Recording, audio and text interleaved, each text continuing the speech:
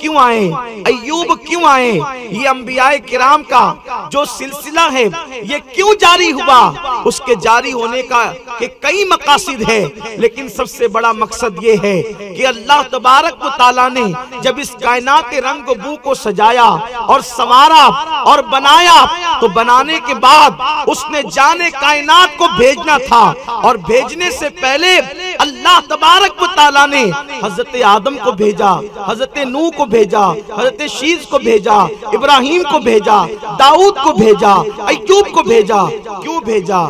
इसलिए कि हुजूर की आमद का जिक्र करें कि वो आने वाला है। आप जानते हैं कि मेहमान पहले आ जाए और मेजबान न हो तो मेहमान की ताज़ीम का हक अदा नहीं होता। बारात न हो और दूल्हा आ जाए तो दूल्हे की अहमियत लोगों को पता नहीं चलती। अल्लाह ने सबसे पहले अपने हबीब को पैदा फरमाया। आकाए करीम सल्लल्लाहु अलैहि वसल्लम फरमाते हैं, अव्वलु मा खलक़ल्लाहु नूरी, अल्लाह ने सबसे पहले मेरे नूर को पैदा फरमाया। जब पैदा पहले फरमाया तो आखिरी में भेजने की वजह क्या है? आखिरी में भेजने की वजह ये है ताकि दुनिया को तजस्सुस हो जाए कि आने वाला कौन है, जिसकी आमद के डंके आदम बजा रहा है कि वो आने वाला है, नूह बजा रहे हैं वो आने वाला है, इब्राहिम बजा रहे हैं वो आने वाला है, शीस बजा रहे हैं वो आने वाला है, इस्माइल बजा रहे हैं वो आने वाला है। अल्लाहु अकबर। इतने अहम लोग अपने जमाने का सबसे बेहतरीन इंसान कहता है कि वो आने वाला है, तो लोगों को हैरत है कि सबसे अच्छा अपने दौर का इंसान कहता है वो आने वाला है, तो वो आने वाला कितना अच्छा होगा। अरे जिसकी आमद का ऐलान अच्छे में अच्छा करता है तो वो आने वाला कितना अच्छा होगा, और वो कितना अच्छा है। मेरा इमाम कहता है सारे अच्छों में अच्छा समझिए जिसे, है उस अच्छे से अच्छा हमारा नबी, वो कितना अच्छा है। और हुजूर मुफ्ती आजम मुजद्दिद इब्ने मुजद्दिद सरकार मुस्तफ़ा रज़ा खान बरेलवी फरमाते हैं, अंबिया के आने का मकसद क्या है? रसूल उन्हीं का तो मुजदा सुनाने आए हैं, रसूल उन्हीं का तो मुजदा सुनाने आए हैं, उन्हीं के आने की धूमें मचाने आए हैं। जो चाहेंगे जिसे चाहेंगे ये उसे देंगे, करीम है ये खजाने लुटाने आए हैं। मेरे प्यारे आका अलैहिस्सलाम के प्यारे दीवानों, और बड़े मजे में कहते हैं, नसीब तेरा चमक उठा देख तो नूरी, नसीब तेरा चमक उठा देख तो नूरी, अरब के चांद लहद के सराहने आए हैं। मेरे प्यारे आका अलैहिस्सलाम के प्यारे दीवानों, जिस आये करीमा की मैंने तिलावत की है वो आये करीमा में अल्लाह ने अपने हबीब की आमद का जिक्र किया। बाल्फाज दीगर यूं कहूं कि अल्लाह ने महबूब की मिलाद बयान फरमाई। कुरान में जहां जहां जा आया है, जा का माना आने के है। अल्लाहु अकबर। अल्लाह अपने हबीब का मिलाद खुद बयान कर रहा है, किस शान से बयान कर रहा है। अच्छा, एक चीज ये है, जब कोई आने वाला आता है उस आने वाले का तारुफ कराया जाता है कि ये है, ये है, ये है, ये है। लेकिन अगर बहुत सारे अल्फाज वहां बयान करने का मौका नहीं रहता तो आने वाले की जो सबसे बड़ी सिफत है वो एक सिफत बयान कर दी जाती है और किस्सा तमाम कर दिया जाता है।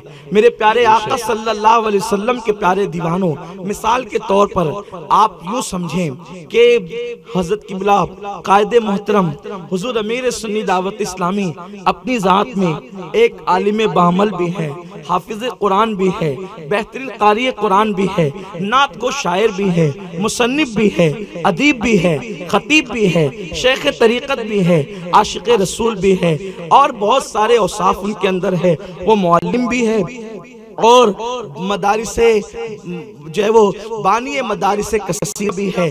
बल्कि मैं अगर ये बात कहूँ तो मुबालगा नहीं होगा, औरंगजेब का नाम मशहूर है इस बात में कि औरंगजेब ने सबसे ज्यादा हिंदुस्तान के अंदर मस्जिदों की बुनियाद रखी। वो तो बादशाह था, उसने कौम के पैसों पर जो है बैतुल माल की बुनियाद पर जो है उन्होंने मस्जिदों की बुनियाद रखी, बहुत बड़ा कारनामा है। लेकिन हमारे अमीर मोहतरम मोहतरम शान ये है कि अब तक उन्होंने पूरे हिंदुस्तान के अंदर 50 से जायद मदरसे कायम कर दिए। हालांकि यहाँ कोई हुकूमत का खजाना इनके पास नहीं है, अलबत्ता मदीने वाले मुस्तफ़ा की अता जरूर है, उसकी बरकतों से ये काम हुआ। मैं जितने भी लोगों को जानता हूँ, मेरे इल्म में नहीं कि माजी करीब में कोई अल्लाह का ऐसा बंदा हुआ जिसने इतने मदरसों की बुनियाद रखी हो। लेकिन आप इन सारे औसाफ को बयान करें। जब कोई बंदा किसी का तारुफ कराता है तो दो मकाम पर उसको बड़ी दुश्वारी आती है। एक तो वो कि जब उस बंदे के मुतालिक कोई औसाफ ही नहीं होते तो अब इसको बयान क्या करें, इसके बारे में बताएं क्या। और उस वक्त ज्यादा तकलीफ तो उस वक्त होती है कि उसके पास हमाजहतियत होती है, उसकी शख्सियत बड़ी हमाजहत होती है, उसके अंदर बड़े औसाफ होते हैं। तो उस वक्त उसका तारुफ कराने के लिए भी तारुफ कराने वाला सोचता हूँ कि कहाँ से शुरू करूँ, किधर से बात करूँ, किधर से तारुफ कराऊं। तो लेकिन होशियार तारुफ कराने वाला वो होता है कि बहुत सारी चीजों की तरफ न जाते हुए कोई एक ऐसा वस्फ बयान कर दे जिसमें सारी चीजें सिमट आए। इसका मतलब ये है जब हम अपने अमीर की बात करते हैं तो फिर बहुत सारा तारुफ नहीं करते, बल्कि हम ये कहते हैं कि हमारे अमीर तशरीफ ला रहे हैं। तो जब हम ये कह देते हैं कि हमारे अमीर तशरीफ ला रहे हैं तो उस वक्त इंसान समझ जाता है कि जिस तहरीक में मौलाना ज़हीर मिसबाही जैसा आदमी हो, जिस तहरीक में मौलाना अल्ताफ रज़वी जैसा शख्स हो, जिस तहरीक में हाफिज अब्दुल रहीम बरकाती जैसा इंसान हो, जिस तहरीक में शब्बीर पटेल रज़वी जैसी शख्सियत हो, जिस तहरीक के अंदर जो है वो हिमायत करने वालों में मुहक्किक के मसाइल जदीदा मुफ्ती निज़ामुद्दीन जैसी हस्ती हो, जिस तहरीक को जिंदगी भर साथ देने का वादा करने वाला मुफक्किर इस्लाम अल्लामा आज़मी जैसी हस्ती हो, तो फिर उस तहरीक का अमीर जो है बस एक जुमला कह दिया और दानिश्वरों को समझ में आ गया कि जब तहरीक के गुलों का हाल ये है तो उस गुलदस्ते की जो आबरू है फिर उसकी शान क्या होगी। बस अमीर कह दिया, बात समझ में आ गई कि अब उनकी शान क्या होगी। बिला तमसील, मिलाने के लिए नहीं कह रहा हूँ, सिर्फ समझाने के लिए कह रहा हूँ। बंदा कब तारुफ कराता है, जब कोई आने वाला आता है और आने वाले का तारुफ कराया जाता है। अब अंदाजा करें, अगर कोई नासिम तारुफ कराए तो उसका अपना अंदाज होता है, कोई खतीब तारुफ कराए उसका अपना अंदाज होता है, कोई अदीब तारुफ कराए उसका अपना अंदाज होता है। लेकिन ये शान मुस्तफा जाने रहमत है, अल्लाह महबूब की आमद का जिक्र भी कर रहा है और उनका तारुफ भी बयान कर रहा है। अल्लाह ने अपने हबीब का तारुफ जिन अल्फाज से बयान किया है वो हुजूर की सबसे बड़ी सिफत है। इस आये करीमा के अंदर अल्लाह ने अपने हबीब की सबसे बड़ी सिफत का जिक्र किया है। यूं तो मेरे आका को अल्लाह ने ताहा भी कहा, ये उनका लकब है, उनको यासीन भी कहा, ये उनका लकब है, उनको मुज़म्मिल भी कहा, ये उनका लकब है, उनको मुद्दस्सिर भी कहा, ये उनका लकब है, काफ हा या आइन साद भी कहा, ये उनका लकब है, आइन भी कहा, उनका लकब है, साद का उनका लकब है, नून का उनका लकब है, लौ कहा उनका लकब है, कलम कहा उनका लकब है, किताब कहा उनका लकब है। ये किताब लोग क्या समझते, किताब क्या है, ये उनका लकब है। इसीलिए लाहौर का कलंदर कहता है, लौह भी तू कलम भी तू, तेरा वजूद अल किताब। मेरे प्यारे आका सल्लल्लाहु अलैहि वसल्लम के प्यारे दीवानों, लौह भी है, वो कलम भी है, वो मुज़म्मिल भी है, वो मुद्दस्सिर भी है, वो यासीन भी है, वो ताहा भी है, वो जाने कायनात भी है, वो रूहे कायनात भी है, वो आबरूए कायनात भी है। उनकी शान कुरान का अलग अलग अंदाज से बयान करता है। कहीं कहता है ला तरफऊ अस्वातकुम फौका सौतिन नबी, कहीं कहता है यदुल्लाहि फौका अयदीहिम, कहीं कहता है वो नज्मे इज़ा हवा, कहीं कहता है या अय्युहन नबी इन्ना अरसलनाका शाहिदन व मुबश्शिरन व नदीरा। अल्लाहु अकबर। उनकी शान कुरान बयान करता है, लेकिन वहाँ शाने बयान हो रही है और यहाँ तारुफ कराया जा रहा है। जिसके अलकाबात का तर्जुमा नहीं हो सकता, हुजूर की शान ये है, जिसके अलकाबात का तर्जुमा नहीं हो सकता वो हुजूर के अलकाब हैं। आप बताएं, जिसके अलकाब का तर्जुमा नहीं हो सकता उसकी जात की तर्जुमानी कोई कैसे कर सकता है। क्योंकि यासीन का आज तक ना कोई तर्जुमा किया है, ना कर सका है और ना कर सकेगा। ताहा का हकीकत में कोई तर्जुमा किया है, ना कर सका है, ना कर सकेगा। बल्कि हमारे इमाम ने जो वक्त का बड़ा सूफी और कलंदर था, अपने अंदाजे से इशारा किया है। वो कहते हैं काफ गेसू हा दहन या अबरू, आंखें आइन साद, काफ आया आइन साद। उनका है चेहरा नूर का, उनके अलकाबात की तो शान ही निराली है। लेकिन अब अल्लाह तारुफ करा रहा है, किस शान से कराता है। अल्लाह फरमाता है लक़द जाअकुम, तहकीक तुम्हारे पास आ गया रसूलुन, इज्जत वाला रसूल। तवज्जो फरमाएं, अल्लाह आदम अलैहिस्सलाम का जिक्र करता है तो आदम अलैहिस्सलाम का नाम लेकर, हजरत नूह का जिक्र करता है नूह अलैहिस्सलाम का नाम लेकर, हजरत इब्राहिम का जिक्र करता है उनका नाम लेकर। लेकिन हुजूर का तारुफ करा रहा है तो कहता है कि तुम्हारे पास रसूलुन, रसूल आया। ये तनवीन लाम की हमें बता रही है कि ये इज्जत का माना देता है। उस्ताद जब शागिर्द का जिक्र करे तो फिर किसी भी अंदाज से करे, उसको रोकने टोकने वाला नहीं होता। हम कहते हैं मेरा शागिर्द ऐसा है, मेरा शागिर्द वैसा है। कितना भी बड़ा आदमी अपने शागिर्द को कहे वो ऐसा है वो वैसा है, तो लोग कहते हैं उस्ताद शागिर्द का मामला है। उस्ताद और शागिर्दी की कैफियत ही ऐसी होती है। बाप बेटे का जिक्र करे तो वो अपने अंदाज से करता है, लेकिन कुर्बान जाएं ये ज़ात मुस्तफ़ा है। खुदा उनका जिक्र करता है तो वो भी ताज़ीम के साथ करता है। फरमाता है तुम्हारे पास अल्लाह की तरफ से आया रसूलुन, अल्लाह का इज्जत वाला रसूल, अजमत वाला रसूल। यानी अल्लाह भी रवा रवी में उनके जिक्र को पसंद नहीं करता, बल्कि अल्लाह बता रहा है कि मैं खुदा होकर भी उसका जिक्र अजमत के साथ करता हूँ, उसका जिक्र इज्जत के साथ करता हूँ। वो कितना बड़ा है, सारी बड़ाई उसकी बारगाह में सर्व सुजूद है। लेकिन उसको महबूब से मोहब्बत जो है, वो मोहब्बत की बुनियाद पर अपने हबीब का जो जिक्र कर रहा है, किस शान से कर रहा है, किस बुजुर्गी के साथ कर रहा है। मेरे प्यारे आका सल्लल्लाहु अलैहि वसल्लम के प्यारे दीवान, अल्लाह कहता है इज्जत वाला रसूल आया।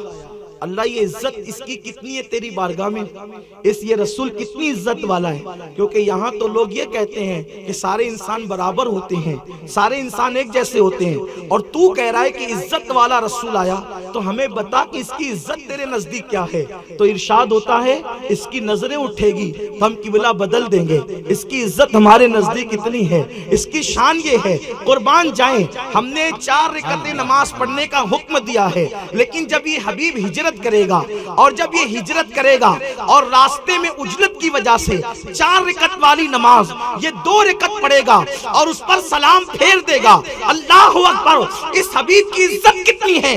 लोग तौहीद और रिसालत की बात करते हैं, उनको तौहीद और रिसालत की अजमतें छू कर भी नहीं गुजरती।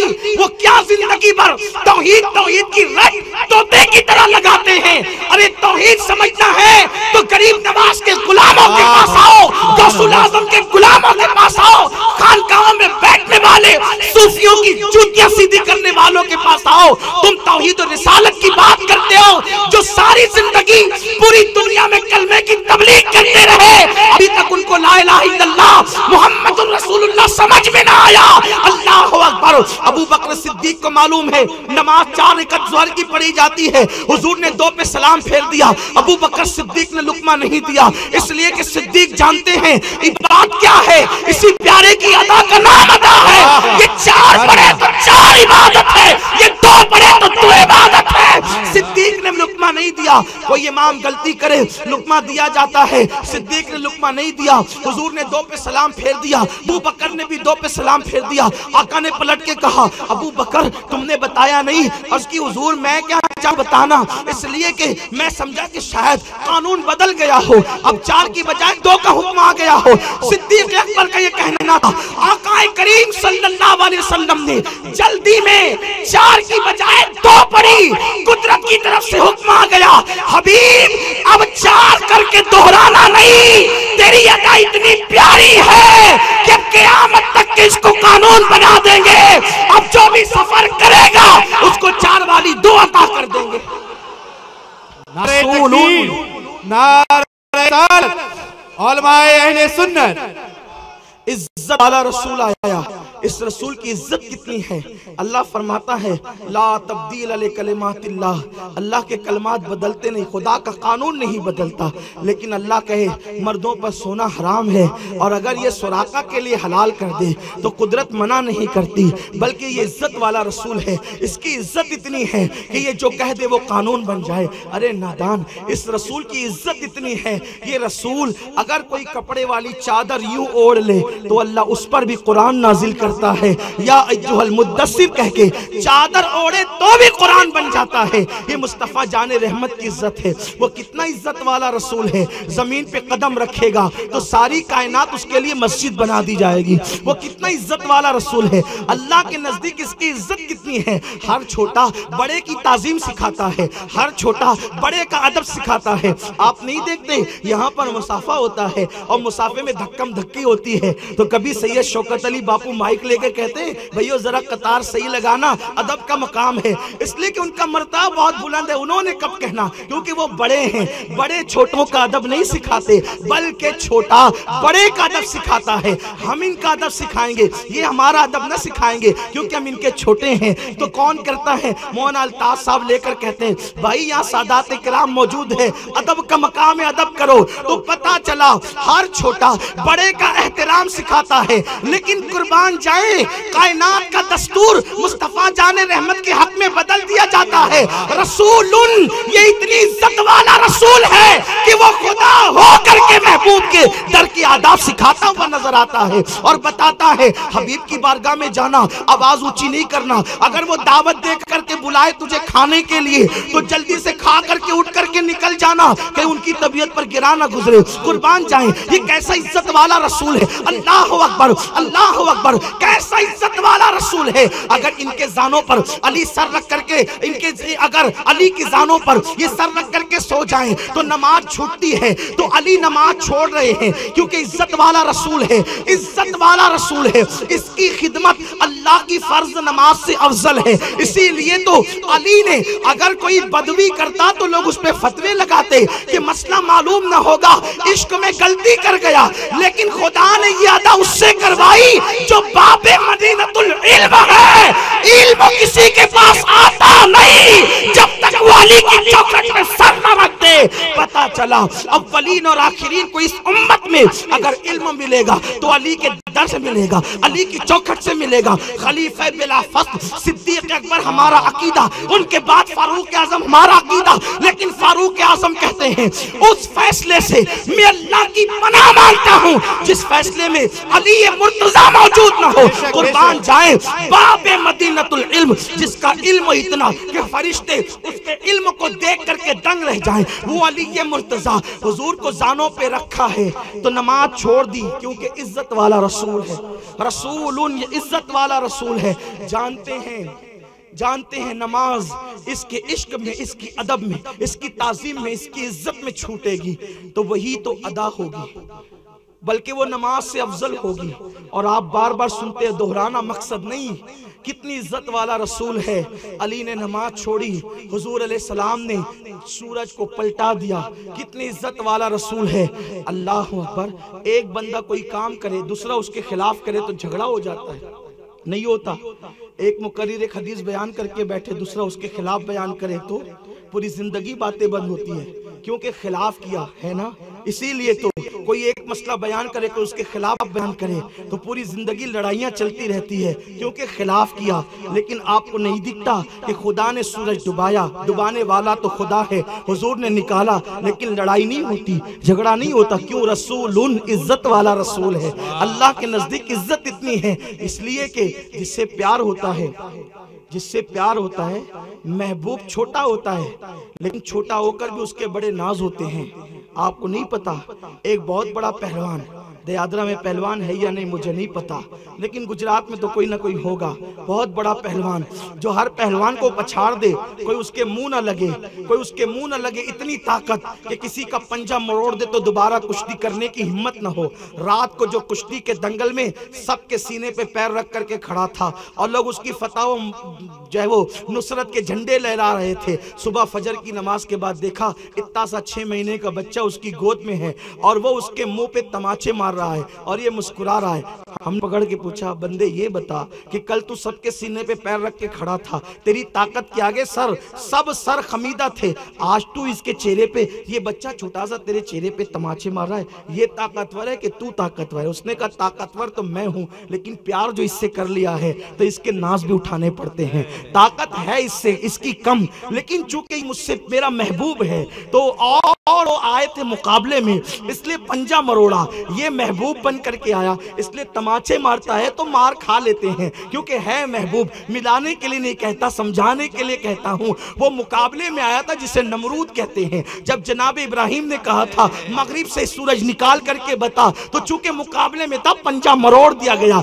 लेकिन ये मुकाबले में नहीं आया, रसूलुन इज्जत वाला हबीब बन करके आया। इसलिए जब सूरज निकाला है, डूबा हुआ सूरज, तो खुदा ने मना नहीं फरमाया, बल्कि यूं इशारे किए गए, हबीब डुबाया इसीलिए था ताकि लोगों को तेरी कुदरत का अंदाजा हो जाए। चांद अल्लाह ने बनाया, इशारे करके तोड़ दिए। अरे तुम्हारी बनाई हुई दीवार को कोई लात मार दे तो तुम उससे लड़ने लगते हो, लेकिन वहां इशारा करके चांद के टुकड़े किए। लेकिन अल्लाह नहीं कहता हबीब हमने बनाया, तूने टुकड़े क्यों किया? मेरे प्यारे आका अलैहिस्सलाम के प्यारे दीवानों, क्योंकि रसूलुन इज्जत वाला रसूल है।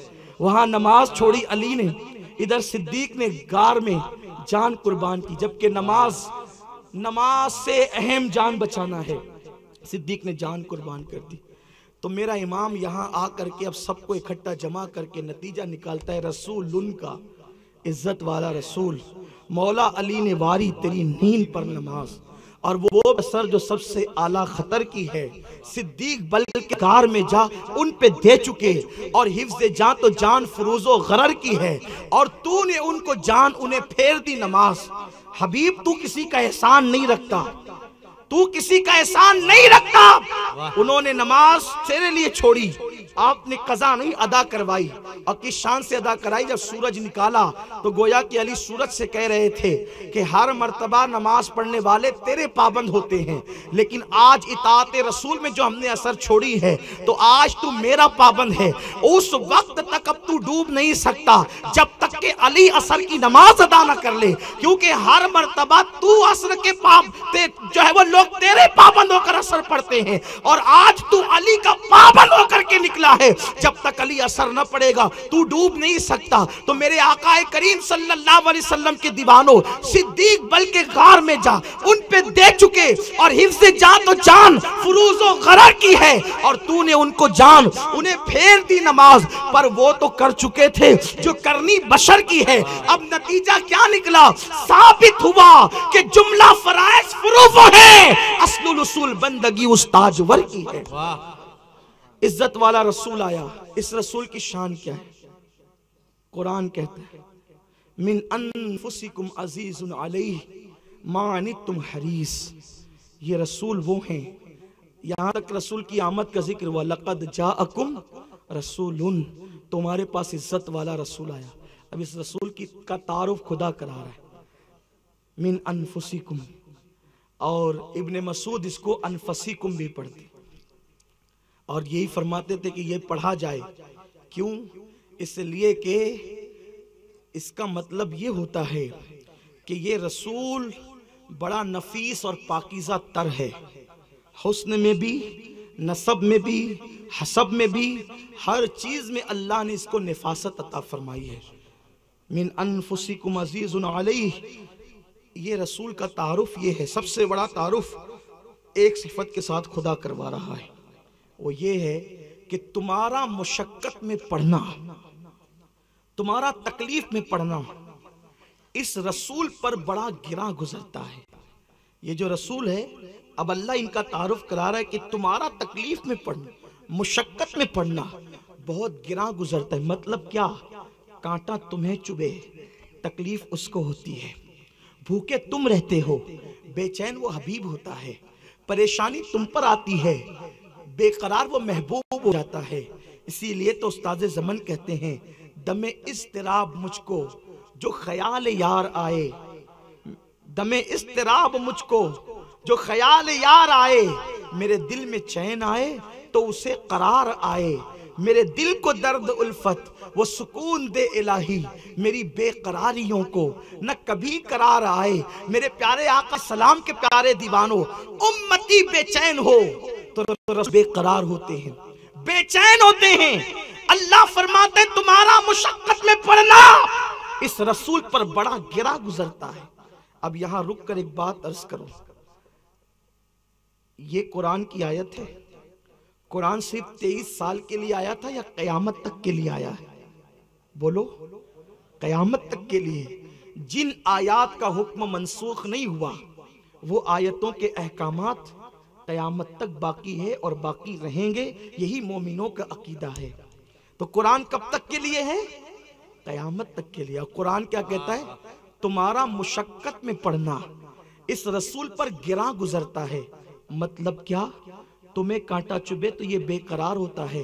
कुरान सिर्फ मक्कियों के लिए नहीं, मदनियों के लिए नहीं, कर्शियों के लिए सिर्फ नहीं, हाशमियों के लिए सिर्फ नहीं, बल्कि तमाम आलमीन के इंसानों के लिए कुरान हिदायत बन करके आया।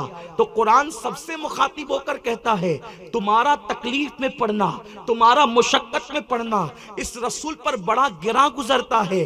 अब मुसीबत किस पर गिरा गुजरती है? बेटे का एक्सीडेंट हाईवे पे हो गया लेकिन बाप को खबर ही नहीं, इसलिए नरम गद्दे पर आराम से सो रहा है, उसको कोई टेंशन नहीं, वो चाय भी पी रहा है, वो काफी भी उड़ा रहा है, वो दोस्तों के साथ हंसी मजाक भी कर रहा है। क्यों कर रहा है? इसलिए कि उसको खबर ही नहीं है, उसको पता ही नहीं है कि मेरा बेटा तकलीफ में पड़ गया। इसलिए उसको कोई मुसीबत नहीं, उसको कोई बेचैनी नहीं, उसको कोई बेकरारी नहीं। तो पता चला गिरा कब गुजरता है? जब किसी की तकलीफ मालूम होती है, जब अल्लाह अकबर जिससे प्यार करो उसकी मुसीबत जब मालूम होती है तब इंसान बेचैन होता है। बेटे का एक्सीडेंट जब तक पता न था, नरम गद्दे पे सोया था, चाय काफी पी रहा था, किसी ने फोन किया तेरे बेटे का एक्सीडेंट हो गया, तो खबर मिली तो बेचैन हो गया। कुरान कहता है ऐ दुनिया के इंसानों, जब तुम मुसीबत में पड़ते हो तो मेरा हबीब बेकरार हो जाता है।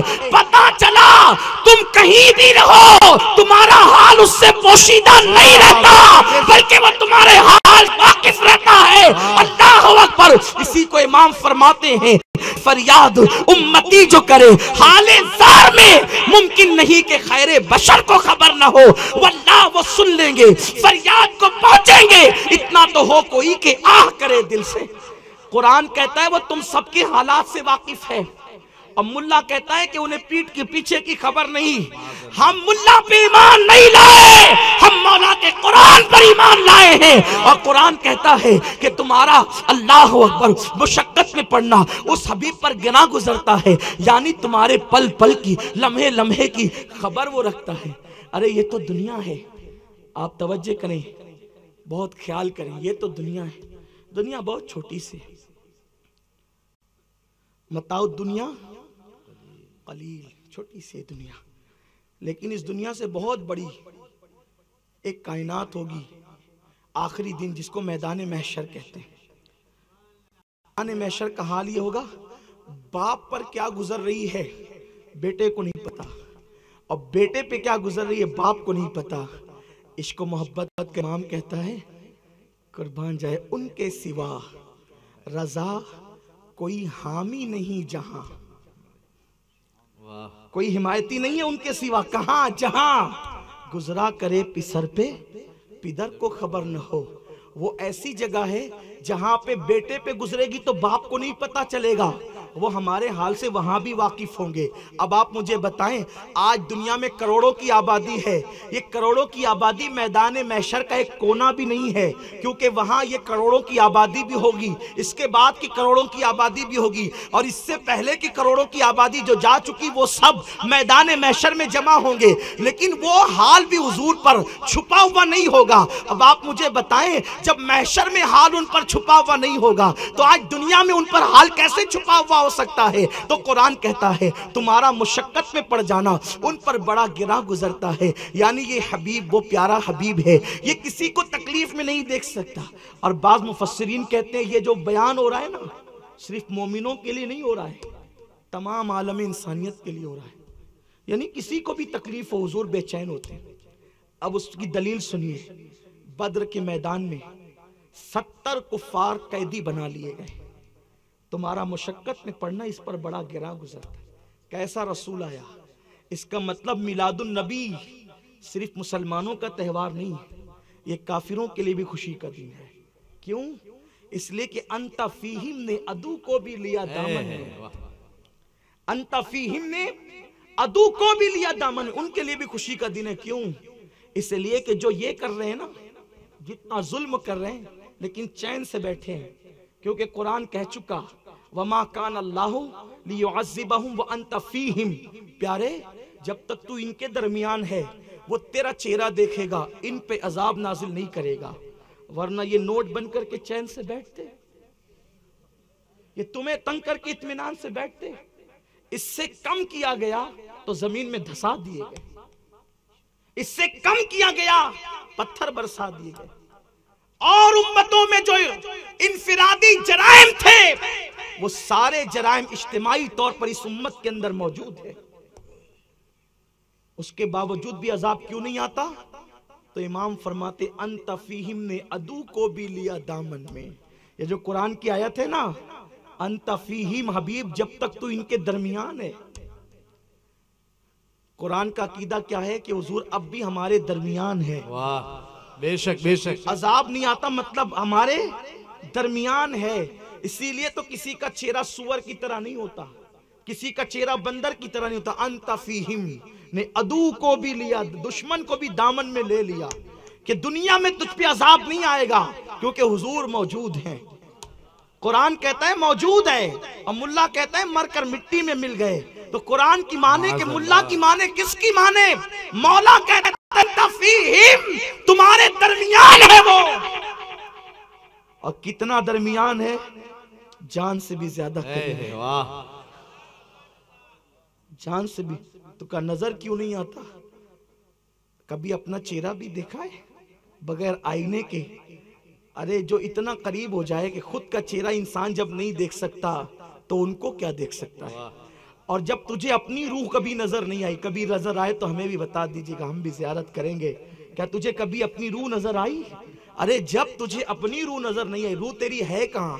तेरी जान से ज्यादा करीब है ना तेरी रूह, बल्कि तेरी जान है तेरी रूह।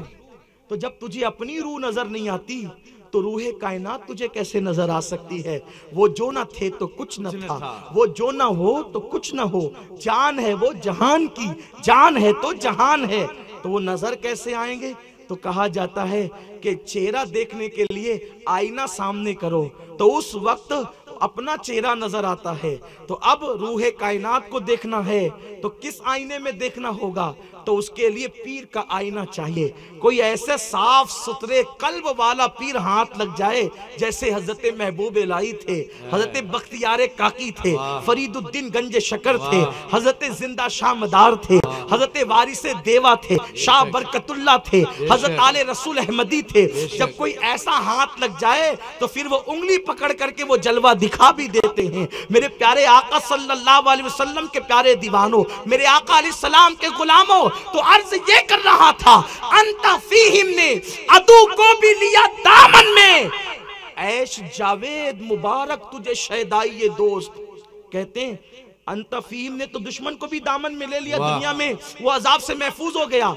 लेकिन ऐ मिलाद मनाने वाले, ऐश जावेद, हमेशा के लिए ऐश करना तुझे मुबारक हो। क्यों? क्योंकि तू हबीब का शहदाई है, तू हबीब का सच्चा गुलाम है। तेरे लिए तो अमान ही अमान है, खौफ न रख रजा जरा, तू तो है अब्दे मुस्तफा, तेरे लिए अमान है, तेरे लिए अमान है। यहाँ भी अमान है और वहाँ भी अमान है। किसके लिए अमान है?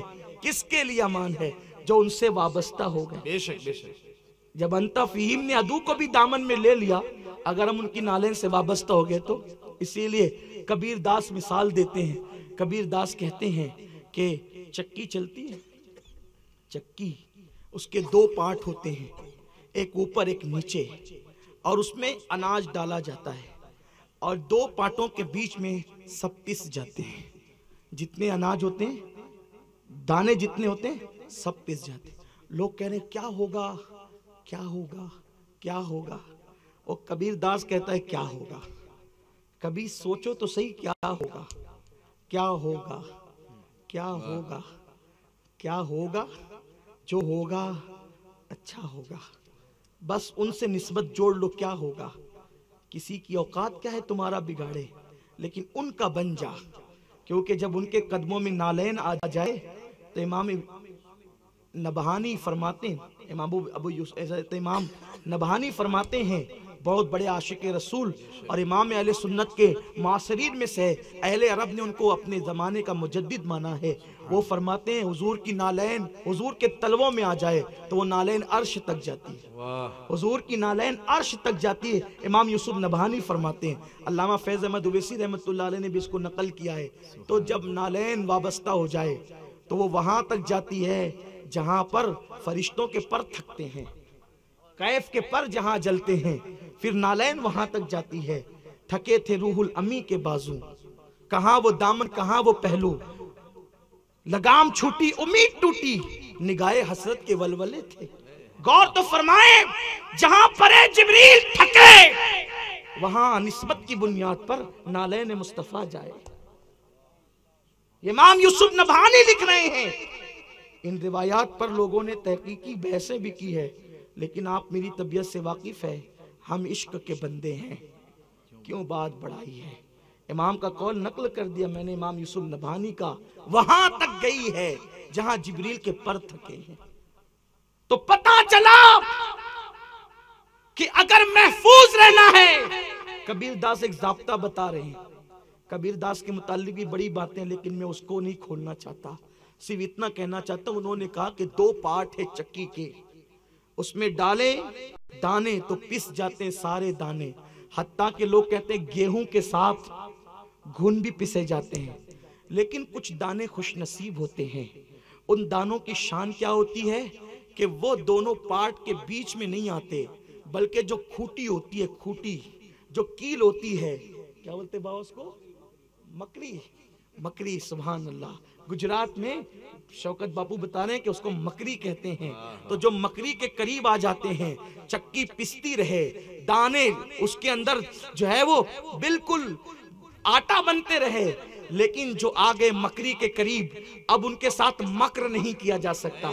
जो मकरी के करीब आ जाए उनके साथ मक्र नहीं हो सकता, क्योंकि वो हो गए हैं मकरी के करीब। अब इससे अंदाजा लगाओ तो जमीन और आसमान ये चक्की के दो पार्ट है, और इसके मरकज का नाम है मुस्तफ़ा जाने रहमत, शम्मे बज़्मे हिदायत। वो मरकज भी है, वो महवर भी है। इसीलिए वो इमाम फरमाते हैं, कमाल इनका के झूठे नुक्तो तुम अव्वल आखिर के फेर में हो, और मुहीत की चाल से तो पूछो किधर से आए किधर गए थे। वो मुहीत की चाल से पूछो वो है कौन, उन्हीं को मरकजी अकीदत कहते हैं, उन्हीं को महवरे मोहब्बत कहते हैं, उन्हीं को नुक्ताए कायनात कहते हैं। वो है अल्लाह अकबर, मुकरी की हैसियत से है। तो जो दाने मुकरी के करीब आ गए, अब वो पिसते नहीं है, चाहे चक्की को हाथ से चलाओ चाहे पावर से चलाओ। तो ये पैगाम दिया जा रहा है, शाम का हंगामा हो या यमन की खूना में शामें हो, बैतुल मुकद्दस में बच्चों का कत्लेआम हो या सीरिया में नौजवानों के उठते हुए जनाजे हो, हिंदुस्तान में माशी तंगी हो या अल्लाह अकबर माल पे नाजायज कब्जा जात हो, सब पिसेंगे। पिसेंगे वो जो उस मरकज से दूर हो जाएंगे, लेकिन जो मुकरी के करीब आ गए वो कल भी महफूज थे, आज भी महफूज है, और क़यामत में भी यूं महफूज रहेंगे कि ढूंढा ही करे सदरे क़यामत के सिपाही वो किसको मिले जो तेरे दामन में छुपा। नारे तकबीर, नारे रिसालत, सादात किराम, नारे तकबीर, नारे रिसालत। जो उनके दामन में छुप जाए उसको अजाब के फरिश्ते नहीं ढूंढ सकते।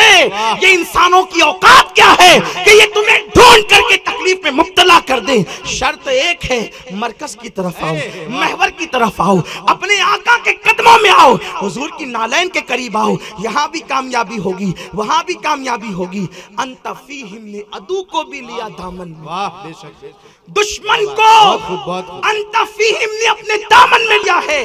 क्योंकि इस रसूल की शान है, किसी का मुशक्कत में पड़ना इनको गवारा नहीं होता।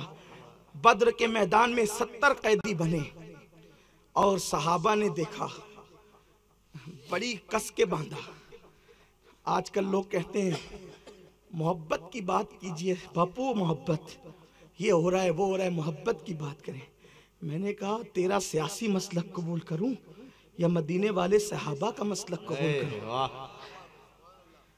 मोहब्बत की हम खूब जानते हैं मोहब्बत किसे कहते हैं। हमें पता है किससे रिश्ते जुड़ते हैं। जो महबूब का महबूब होता है उसी से रिश्ते जुड़ते हैं। जो महबूब का गद्दार होता है उससे कभी ना रिश्ते थे, ना जुड़ते हैं, ना जुड़ सकते हैं। हो ना ये फूल तो बुलबुल का तरन्नुम भी ना हो, चमने दहर में कलियों का तबस्सुम भी ना हो ना साकी तो फिर मैं भी ना हो, खुम भी ना हो। खैमा अफलाक का इस्तादा इसी नाम से है, खैमा अफलाक का इस्तादा इसी नाम से है। बज़्म हस्ती तपिश आमादा इसी नाम से है। क़ुव्वते इश्क से, क़ुव्वते इश्क से, क़ुव्वते इश्क से हर पस्त को बाला कर दे। ये पस्त बाला कैसे होगा? बरतानिया और जर्मनी की खाक छान कर आने के बाद इकबाल कहते हैं क़ुव्वते इश्क से हर पस्त को बाला कर दे। दहर में इसमें मोहम्मद से उजाला कर दे, की मोहम्मद से वफा, की मोहम्मद से। ये खुदा फरमा रहा है, गोया के इकबाल खुदा के फरमान की तर्जुमानी कर रहे हैं। अल्लाह कहता है मैं सबका रब हूं, लेकिन रिश्ते मोहब्बत सिर्फ किससे जोड़ता हूं? तो कहता है की मोहम्मद से वफा, तूने तो हम तेरे हैं। अगर तू चाहता है कि अल्लाह तुझसे रिश्ता जोड़े मोहब्बत का, तो क्या करना पड़ेगा? की मोहम्मद से वफा। सजदे करता रहे जब तक मोहम्मद से वफा ना हो। तो कुरान कहता है आमिलतुन नासिबतुन तस्ला नारन हामिया। कुछ नहीं मिलेगा। कब मिलेगा? प्यार का रिश्ता कब जुड़ेगा? तो कहता है कि मोहम्मद से वफा, तूने तो हम तेरे हैं, किसी और की बात क्या, हम तेरे हैं। ये जहां चीज है क्या लौहो कलम तेरे हैं। ये नजरिया है। हुजूर अलैहिस्सलाम के सहाबा 70 कैदी जमा करते हैं, और 70 में कौन कौन थे? किसी का चचा, किसी का बाप, किसी का भाई। उसी जंग में हजरत मुसअब इब्न उमैर का भाई भी था। मुसअब इब्न उमैर, उनकी माँ बड़ी मालदार थी। मुसअब ने अपने देखा कि सहाबा उनके भाई को बांध रहे हैं। ये सहाबा का मसलक है भाइयों। आप कहते हैं कि वो तो मेरा समधी है, आप अगर रद्द करोगे तो कल सुबह उसके पास बैठ के क्या मुंह दिखाऊंगा। और तेरा ऐसा इस्लाम अल्लाह को कबूल नहीं है, अल्लाह की बारगाह में मकबूल नहीं है, जिसने तूने गुस्ताख रसूल को समधी बना रखा। वो तो मेरा दामाद है, वो मेरे घर जूते पहनकर फिर आएगा कैसे? वो तो मुझसे नफरत करेगा। तो अगर तू दामाद, गुस्ताख रसूल दामाद की रियायत करता है, तो फिर अब तू रसूल को भूल जा। उनकी चौखट तुझे मयस्सर नहीं। सहाबा का मसलक ये, सगा भाई, सहाबा पकड़ के रस्सी बांध रहे हैं। भाई तो भाई होता है। लोग कहते हैं ना पानी में लकड़ी मारने से पानी जुदा थोड़ी होता है। उनके खून कोई सफेद नहीं थे, उनके खून भी तुम्हारे खून की तरह थे। वो सब इब्ने उमैर ने देखा मेरे भाई को बांधते हैं, कहते जरा कस के बांधो इसको, क्योंकि इसकी माँ बड़ी मालदार है, तुमको पैसे ज्यादा मिलेंगे तो मोमिनों का भला हो जाएगा। ये सहाबा का मसलक है, क्योंकि वो जानते थे नबी से जो हो बेगाना उसे दिल से जुदा कर दे, पिदर मादर बिरादर जान और माल उन पर फिदा कर दे।